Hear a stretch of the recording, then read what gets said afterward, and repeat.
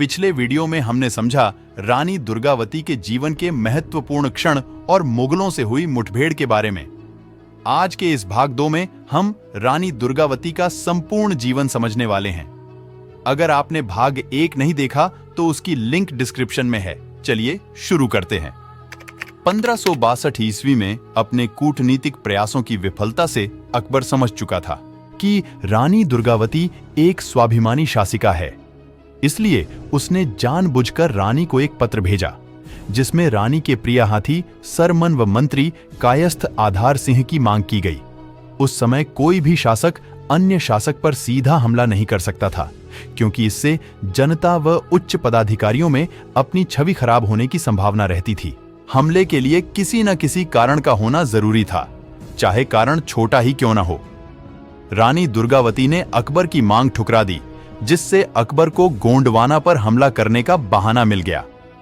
मुगल बादशाह अकबर के सिपह सालार आसफ खां ने गढ़कटंगा के पास स्थित पन्ना का दुर्ग जीत लिया और रानी दुर्गावती के इलाके में अपने कुछ अक्लमंद व्यापारी भेजे, जिनको रानी के खजाने व आय व्यय वगैरह का पता लगाने का जिम्मा सौंपा था। जब आसफ खां को गोंडवाना की अथाह धन संपदा का पता चला तो उसने बादशाह की इजाजत लेकर गोंडवाना पर विजय पाने का इरादा किया। रानी दुर्गावती अक्सर मंडला में पड़ाव डाला करती थी। अकबर ने आसफ खां को 10,000 घुड़सवारों व हजारों की पैदल फौज के साथ सिपह सालारों को भेजा।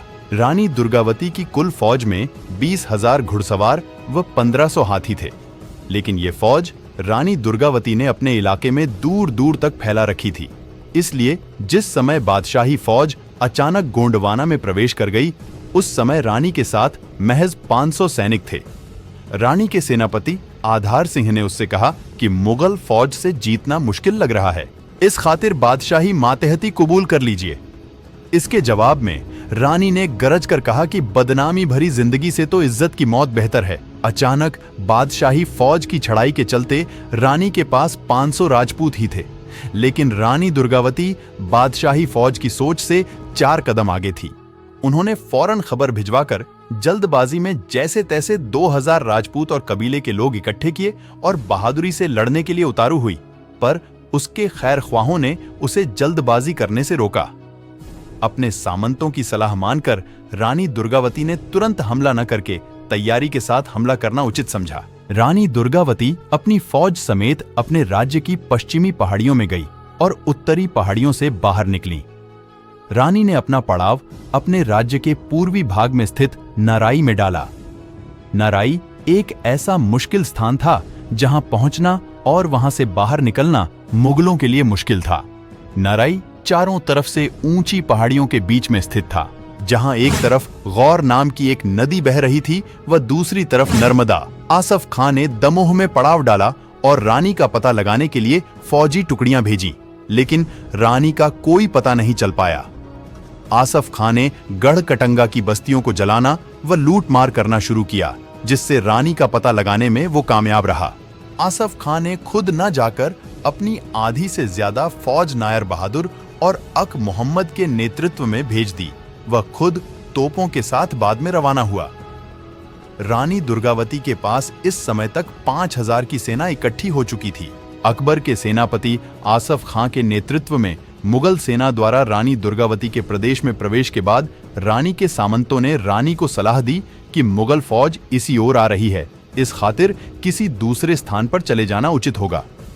रानी ने कहा, विजय या वीरगति। मुगल फौज नराई से कुछ ही दूर थी तो रानी ने हाथियों के फौजदार अर्जन दास बैस को लड़ने भेजा, जो कि बड़ी बहादुरी से लड़ते हुए वीरगति को प्राप्त हुए। नाराई तक पहुंचने का रास्ता संकरा था, जिससे रानी दुर्गावती ने जीरह बख्तर पहना और हाथी पर सवार हुई।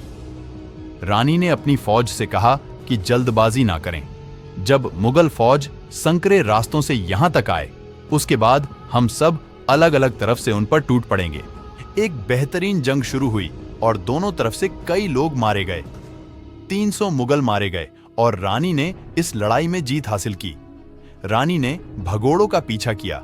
मुगल फौज भागकर कुछ दूरी पर ठहर गई और अगले दिन फिर हमला करने का विचार किया। रानी दुर्गावती ने अपने साथियों से कहा कि हम आज रात को ही मुगल फौज पर हमला करेंगे।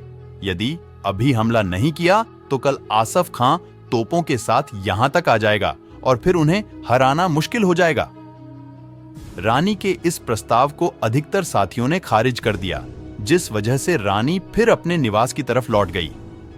अगले दिन सुबह वही हुआ जो रानी ने सोचा था। आसफ खां के नेतृत्व में तोपों से लैस मुगल फौज ने संकरे पहाड़ी रास्तों पर नाकेबंदी कर दी। रानी दुर्गावती के सामंतों में एक भी ऐसा नहीं था जो रानी की बहादुरी और अक्लमंदी की बराबरी कर सके। रानी दुर्गावती के पुत्र वीर नारायण को मुगल फौज के तीरों, बंदूकों और तलवारों से होने वाले हमले झेलकर संकरा रास्ता पार करना पड़ा। युद्ध के तीसरे पहर में राजा बीरसा ने बादशाही फौज को 3 बार खदेड़ा, पर तीसरी बार वह सख्त जख्मी हो गया। रानी दुर्गावती ने फौरन अपने खास सिपाहियों को भेजा ताकि उसे लड़ाई से बाहर निकाला जाए।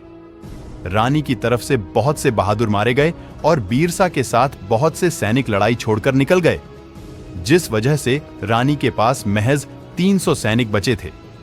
लेकिन इससे रानी के बर्ताव में कोई कमजोरी नहीं आई और वो अपने बचे खुचे बहादुर साथियों के साथ लड़ती रही, जिसके बाद एक सख्त तीर रानी की दाईं आंख में लगा और रानी ने बड़ी बहादुरी से बिना घबराए तीर को निकाल फेंका, पर तीर का नुकीला हिस्सा टूट गया और आंख में ही अटक गया। तभी एक और तीर रानी की गर्दन पर लगा। रानी ने इसे भी निकाल फेंका, पर बहुत ज्यादा दर्द के चलते उस पर बेहोशी छाने लगी। 24 जून 1564 को रानी दुर्गावती वीरगति को प्राप्त हो गई। आज के इस वीडियो में बस इतना ही। मिलते हैं अगले वीडियो में। जय हिंद, जय भारत।